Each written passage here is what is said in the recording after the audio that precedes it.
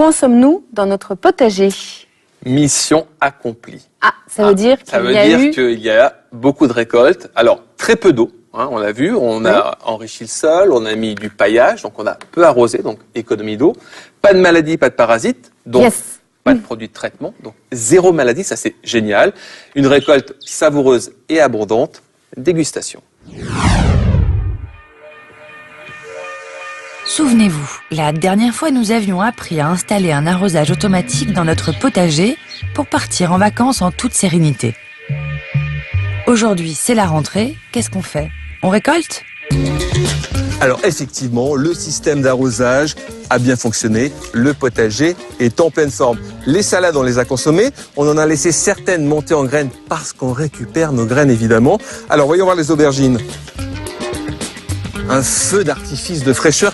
Les tomates, il y en a encore pas mal. Les pommes de terre, on va voir ce qu'il en est dans quelques instants. En tout cas, septembre, c'est le mois où l'on récolte ce que l'on a semé.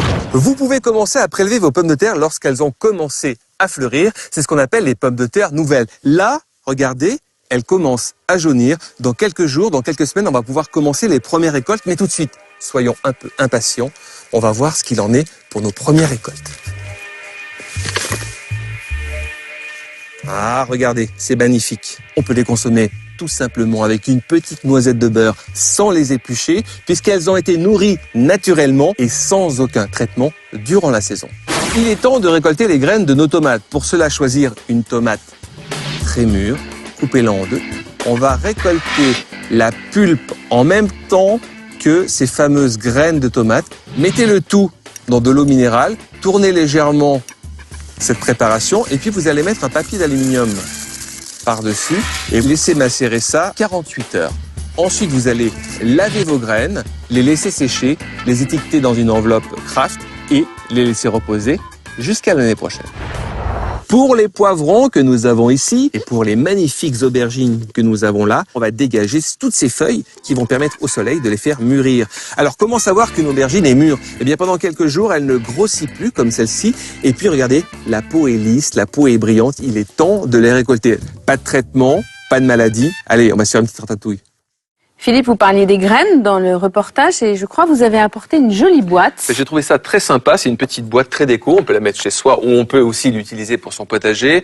À l'intérieur, des petites fiches, comment cultiver son potager, ses graines, comment cuisiner ses légumes, ça c'est vraiment très intéressant. Hein, donc, et puis comment récolter ses graines, donc on a des petits sachets, vous voyez, avec la variété de tomates, Zebra ou autre, et puis le millésime, donc l'année de récolte, parce que ça se conserve à entre 3 et 5 ans, une graine, donc il ne faut pas dépasser la date de péremption, et c'est bien pour les enfants, c'est bien aussi pour les grands pour s'initier justement au jardin. Mais c'est joli, c'est vrai, vous l'avez dit, c'est très déco. Oui, j'adore. Je trouve ça assez sympa et on retrouve un petit peu la patine ancienne et à la fois traditionnelle. Et puis on est allé... des tomates, récolter les tomates. Extraordinaire. Quand on n'a pas vraiment mangé de vraies tomates, on ne peut pas savoir quel goût elles ont. Donc si on a mangé que des tomates en grande surface, forcément, ça va nous surprendre. Oui, ce qui est souvent le cas d'ailleurs. Voilà, on est allé donc au château de la Bourdésière, c'est en Touraine, à proximité des beaux châteaux de la Loire, en partenariat avec l'Institut de Jardiland, et ils cultivent là-bas 630 variétés de tomates que l'on retrouve dans les jardineries, justement, dans les variétés anciennes à planter. Alors, il y a des variétés, déjà, c'est la couleur. Regardez, des variétés zébrées, par exemple la Green Zebra, ça c'est magnifique. Ça a l'impression d'être pas très mûr, et en fait, ça a un goût savoureux, sucré, formidable. On peut la manger comme ça, croque au sel ou avec un petit filet d'huile d'olive ou tout simplement nature. Et regardez cette petite poire là, ça c'est très mignon. Donc ça c'est la Mirabelle en grappe, hein, ça forme une petite grappe. Et ça vous la mangez comme ça en tomate apéritif.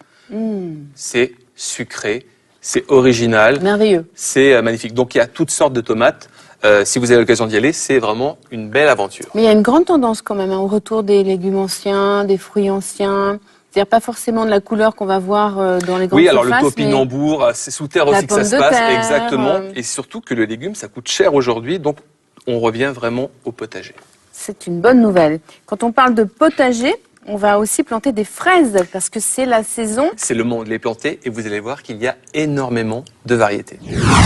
Il est temps de consacrer une petite parcelle à ces fraisiers, c'est le moment de les planter. Tout d'abord, la reine des fraises, le fraisier Gariguette, qui est un fraisier non remontant, une seule production par an. Ensuite, le fraisier Gorilla, qui lui offre des fruits un peu plus gros, un peu plus sucrés. Et puis le fraisier Gento, qui est un fraisier intéressant parce qu'il résiste aux maladies et c'est aussi un fraisier remontant, c'est-à-dire qu'il donne 2 productions dans l'année. Voilà mes 3 variétés préférées. Voilà le secret pour avoir de belles fraises.